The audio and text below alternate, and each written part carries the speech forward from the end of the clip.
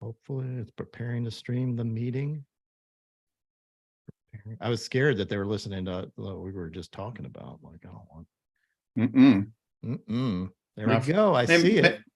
Maybe for the premium customers. There we are. We're there. All right. Well, cool. Got it. Live streamed. Cool. We're awesome. We rock. You got that little dotted thing too. Cool. So for everybody out there, we are going to talk about it. I'm going to try to pull up the comments to see if we get any. Hopefully somebody's watching. If not, that's okay. We do this for ourselves. We do this to have fun. Yeah, we just want to go over the stuff. Yeah, exactly. So what you got? What do you got for this matchup tonight? I think it's a big game. Yeah, it was interesting. Earlier, we looked at just where Strider had attacked the Phillies in general, and then you start splitting it up into different batters. And, you know, I don't know if it was to you or just around you, but it said something to the effect of, I don't like nibbling. I don't like. He did say it to me. Yeah, like he wants to shove it right down I mean, basically go down the middle, challenge hitters, does not like to walk people and thinks his stuff is better than everybody else's stuff in the zone. See a lot of Phillies fans here. Look at that. Thanks, Chris. I mean, I don't know if I'm the man, but I appreciate it. It's a great team. Yeah, they are really good. And I was just actually talking to a friend of mine about them. And like, it doesn't really surprise me. This is kind of what I thought you were going to get. As a matter of fact, almost exactly what I thought we were going to get. I knew the Braves were in trouble pitching wise. And the Phillies pitching is way underrated to me. So anyway. Oh, absolutely. No, you were saying it all along. Like if this, you get a shortened series and you pull the first one out and then you got Nola and Wheeler, it's like, yikes. Yeah, exactly. Scary and Rangers stuff. no slouch, like legit can keep people off balance. And they're going to probably do the same thing, throw them a little bit. And then, you know, if they're winning, go to the bullpen. Actually, either way, probably they have some time off. They have at least time to chill. And I bet you right now, Strider is happy he did not win that argument to stay in the game for another inning and have more pitches under his belt, only to lose that game and now be more tired. I think the Braves did the right thing, even though at the time it may not be. Maybe the coaches know what they're doing a little bit. Maybe. So let's talk about some heat maps and how Strider is going to attack the Phillies and if it's going to work. Well, by all evidence, he can work where he wants. He doesn't have perfect command and all that stuff, but you can see, like, for instance, you look and see, like, he doesn't hit a lot of batters. Why is that? Why doesn't he hit a lot of batters? So high fastball guys hit guys all the time, right? It's like he's not trying to work inside with his fastball to most guys. It's interesting. When we broke up what he's done to the Phillies this year, and again, you never know where he's trying to throw every pitch, but you can sure as hell tell where every pitch went. You start to see some interesting patterns. Schwarber in the maps is kind of saying, hey, you want to work along the upper ridge with that Strider fastball, you're going to have a lot of success. Yet you go look at where he's pitched to Strider with fastballs and like, there's not really a lot up there. There's nothing above the zone all year, all 5 games, which is weird. When I looked at it, I was like, oh, weird too. Yeah. I must have left something out or something, but no, it's nothing above the zone. And there's nothing in the math to suggest that's not a decent place to work him. I'm not talking about a foot above, but 3, 4, 5 inches above the zone. And change some eye levels and do that, because you got to do everything. I mean, I'll jab Schwarber a little for the 197 or whatever, but come on, 125 or whatever OPS plus, stud hitter. Like, and these maps reveal too, like, he's tough. I mean, Harper's probably number 1, of course, but I mean, if you look at the rest of the lineup, you're like, man, I don't even know if I would lead this guy off. You know? Yeah. I mean, he scares me like all the time. I'm a pitching guy. I don't know. Like he doesn't strike me as a, you know, as a sub 200 hitter. He strikes me as somebody I've got to respect in the lineup. I like him too. I think he's a good dude. Oh yeah. Oh, yeah, good guy by all accounts. Honestly, personally, I like, I mean, generally this Phillies team's likable. I think Harper has shown himself to be the stud that he is. And just rises to the occasion. This is going to be an interesting matchup because I know Strider will rise to the occasion too. Just knowing him, like that whole, I don't like the pitch in front of the whole crowd thing. For folks that don't get it, he was making a joke. Right. He was trying to say something so outrageous because he was asked for a hot take. Like, hey, here's this idiotic take. Let's see what people think. Knowing that was just a stupid thing. And then everybody's like, people don't understand sarcasm really well. That's what you. I've learned that in the course of living on this Twitter, planet. Yeah, exactly. Well, before, yeah. Writing is even worse when you write it. Right, especially 280 bytes. Anyway, hasn't worked Schwarber up top. Now you go look at Harper, and you can see, like, of all the kind of wild looking high and away fastballs, it's to Harper. You don't see him doing that to a lot of other guys. Marsh, there's a good handful of pitches above the zone. Like, he clearly, even though it doesn't seem like he has a different strategy for each guy, he does. There's enough here to go, yeah, he's definitely trying to do different things. Not wildly different things, but do I work above or not? Do I work out or not? And no right on right changeups. No. And like what? Frank, I love right on right changeups. So do I. Yeah. There's plenty here to support that. And frankly, imagine him rolling that out in the postseason when he really needed a good pitch. It's 2-2 to Schwarber, or Harper. Never expect. I mean, it's a strike, throw it on the bottom corner. It's a strike, right? So anyway, it'll be interesting to see if he breaks that out. I don't think he will, but I wish he would. There's plenty of evidence to support it. Maybe in the off season he'll work on that, but I agree with you. I think that's something that you should do. Like, people are doing that with regularity, and it's a nasty pitch.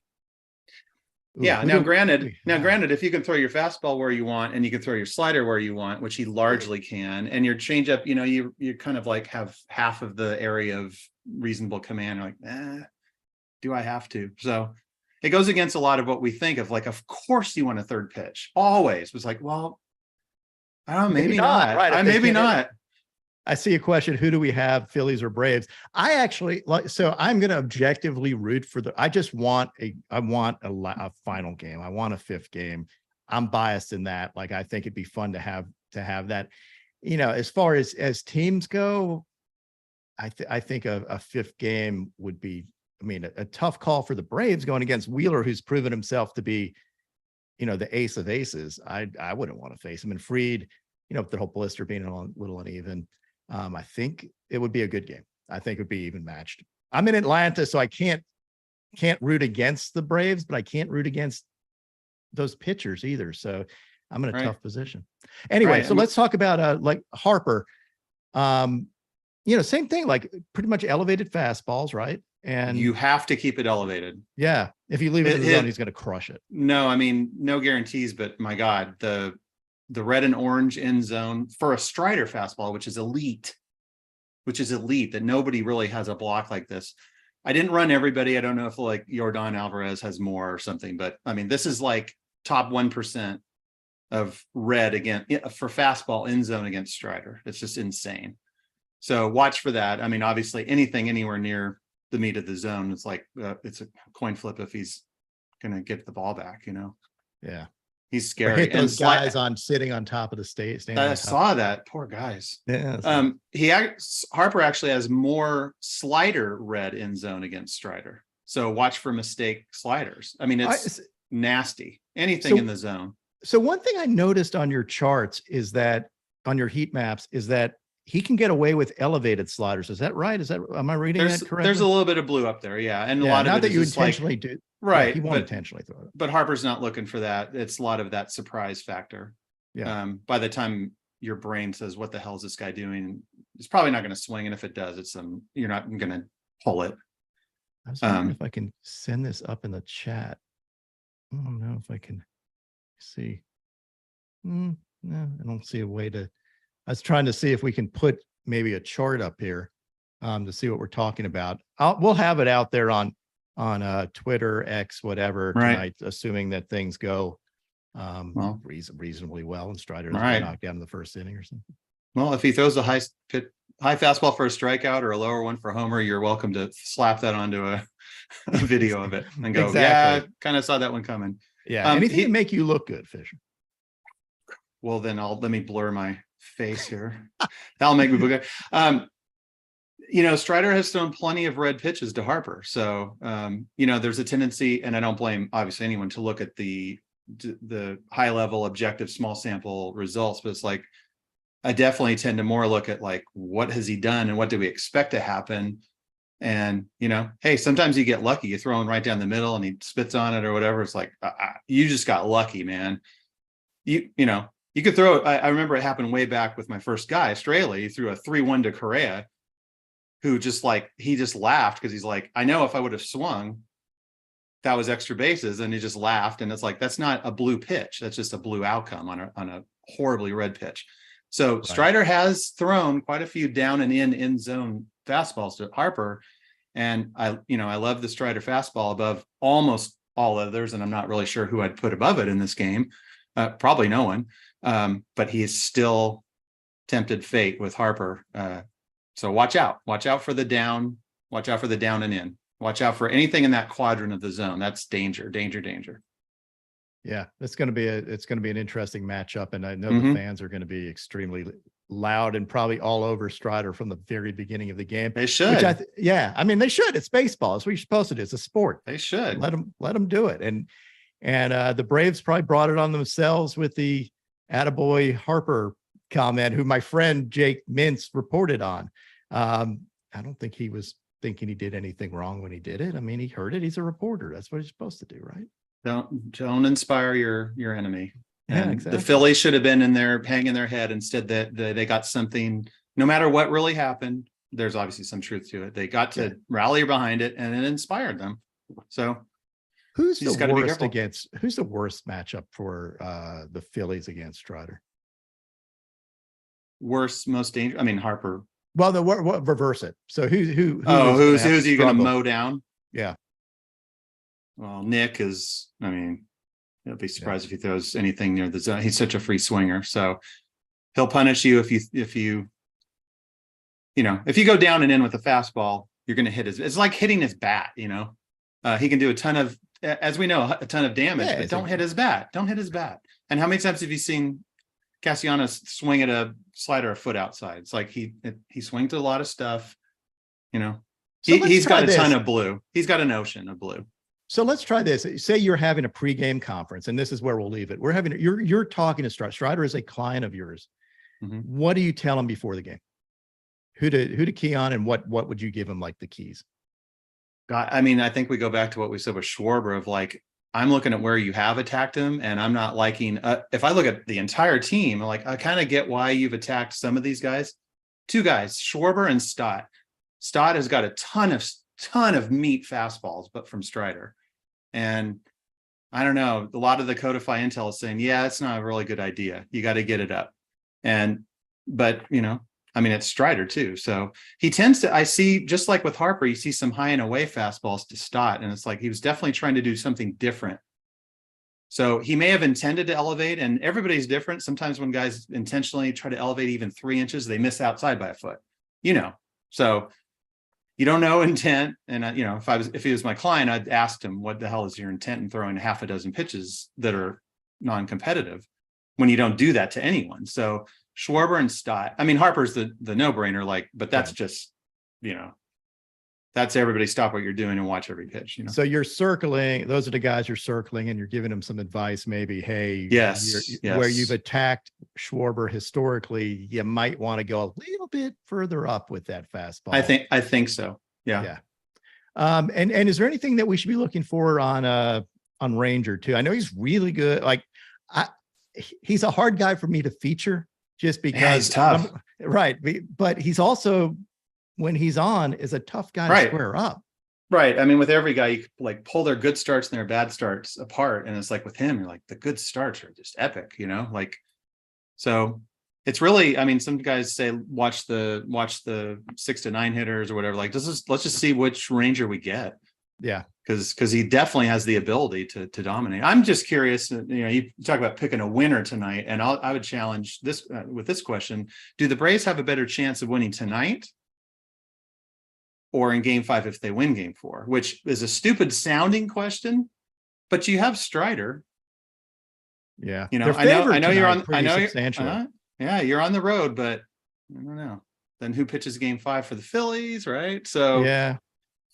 I mean, I think that would be, and then home versus road and all that. Right. Right. Yeah, I don't know. They have to get by this game, and I'm not confident they will. I like to me, and this is something that I've noticed the entire year. I really like the Phillies bullpen. And I think they have so many different pieces that they can throw out at you. I love Alvarado's stuff. And when he's on, he may be, among the most unhittable relievers in baseball. Like, he's filthy.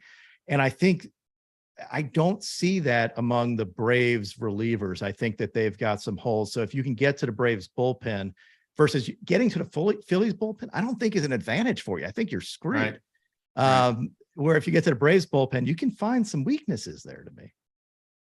Yeah, like we said, it's interesting with every bullpen and every pitcher, every reliever, when they come out into a game, they're like, what do we got here? Did they start up the engine okay? And it just seems a little bit more than normal with the Phillies. Are like they're ready to go. And so it's interesting. I do believe they're well coached. No slight on Atlanta at all. Yeah. I'm big on Caleb Cotham. Oh, he's brilliant. He's one of my favorite dudes. Absolutely. He was in my little group, like when we first were doing this whole Twitter thing. It was me, him, who else? So we had Kyle Bodie from Driveline.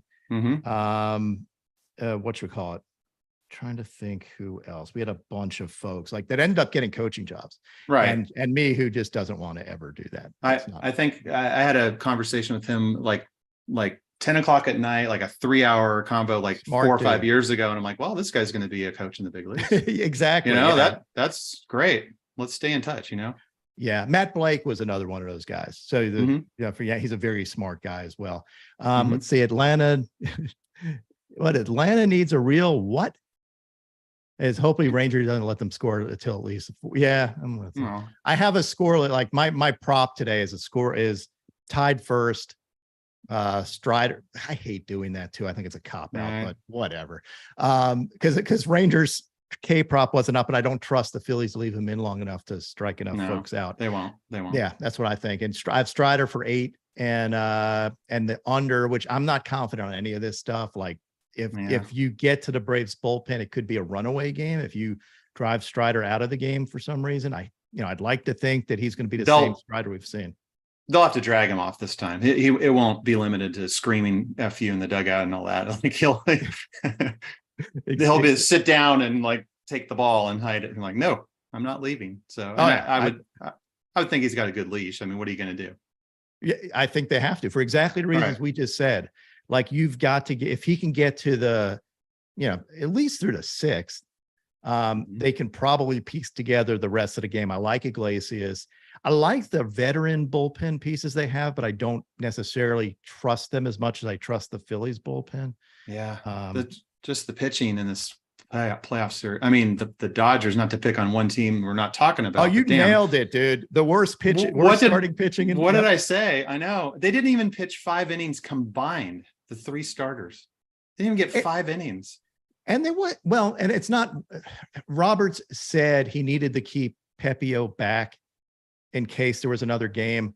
Granted, his bullpen didn't not do their job yesterday. It was Lance Lynn imploding. It wasn't his bullpen's fault. But I thought Pepio looked really good down the stretch, and I would have taken big fan of his. Absolutely. Yeah. That changeup is really nasty. Right. Yeah. Right. Well, I promised I wasn't going to keep you very long. I think we did this fairly short. Hopefully, guys, we'll do this again. If you like it, let us know in the comments. And hopefully Fisher's a good dude.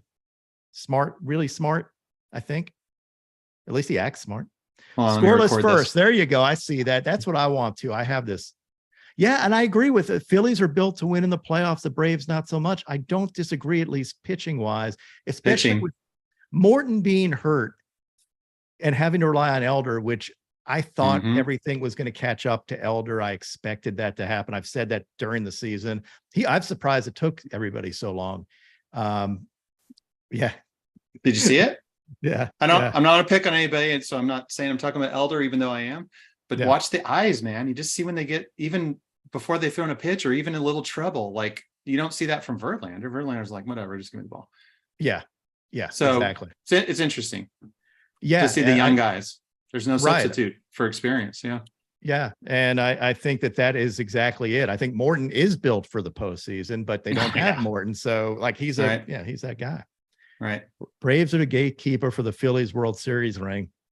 I mean, that's not wrong. I've been surprised by the D-backs. They look way better than I like. Ginkle, oh my God, like what in the world is going on with that dude? He's on fire. And I do like the other side with the Rangers and the Astros. That's going to be a bloodbath. I mean, these teams can hit. How much of pitching is confidence? Right, exactly. And Ginkle's like the poster boy right now. It's like, you think he's going to do good? Ask him. He's like, hell yeah. And then he goes and I mean, it's like, you look at the peripherals, you're like, is this necessarily? I mean, he's got awesome stuff, but like maybe not elite, but he gets everything out of what he has. He looked elite. The results recently. are elite.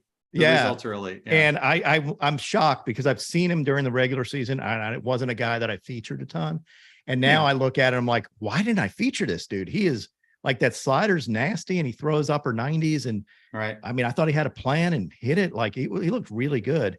I think there's a huge advantage to me, and I'm on some show tomorrow talking about it, but the Astros bullpen versus the Rangers bullpen is that's not even close.